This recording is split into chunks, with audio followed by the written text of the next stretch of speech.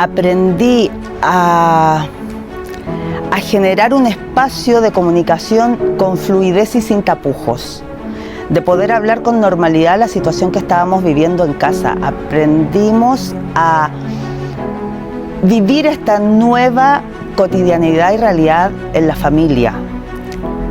Y aprendí con ella que pida ayuda, siempre pedir ayuda, que hagan piña, que el foco lo pongan en esa persona, en este caso fue mi hija, que necesita, que pide a gritos que le ayuden y no sabe cómo, ¿vale? Que se mantengan juntos, que le generen un ambiente seguro para poder comunicarse, para poder no estar bien, para poder compartir bienestar, para un espacio seguro de amor.